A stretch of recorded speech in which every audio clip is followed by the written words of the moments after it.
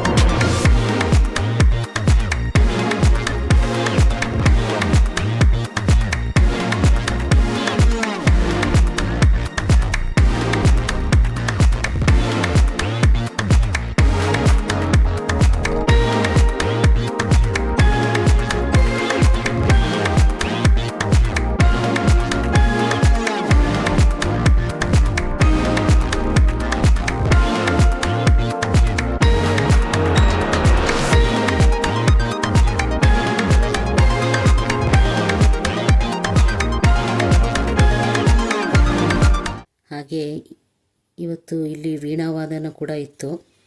ಈ ವೀಣಾ ಸಂಗೀತದಲ್ಲಿ ಯಾವ ಹಾಡು ಅಂತ ಎಲ್ಲ ಕಮೆಂಟ್ನಲ್ಲಿ ಹೇಳಿ ನೋಡೋಣ.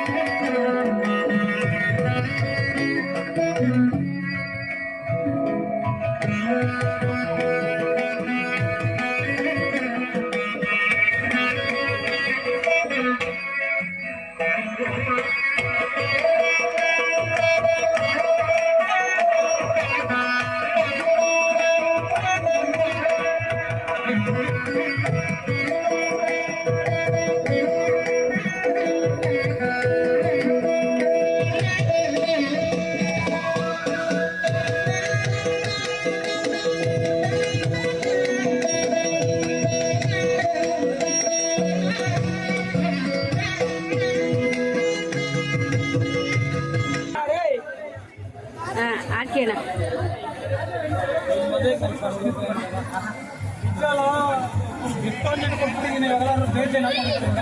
Diamond diamond diamond ring, diamond ತೋರ್ಸಪ್ಪ, diamond ring. Okay, first ring ಇದ್ಮೇಲೆ ಬರ್ತಾ ಇದೆ.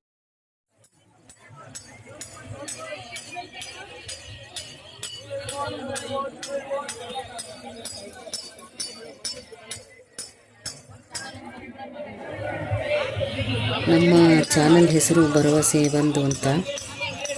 ಅಂದರೆ ನಿಮ್ಮೆಲ್ಲರ ಮೇಲೆ ನನಗೆ ಅತ್ಯಂತ ಭರವಸೆ ಇದೆ. ಹಾಗಾಗಿ ಈ ವಿಡಿಯೋ ನೋಡಿ ದೇವರ ಕೃಪೆಗೆ ಪಾತ್ರರಾಗಿ ಪೂರ್ತಿ ವಿಡಿಯೋ ನೋಡಿ ಲೈಕ್, ಶೇರ್, ಸಬ್ಸ್ಕ್ರೈಬ್ ಮಾಡ್ತೀರಾ ಅನ್ನೋ ಭರವಸೆ ನನಗೆ ಇದೆ. ಮತ್ತೆ ಸಿಗೋಣ ಮುಂದಿನ ವಿಡಿಯೋದಲ್ಲಿ. ನಮಸ್ಕಾರ.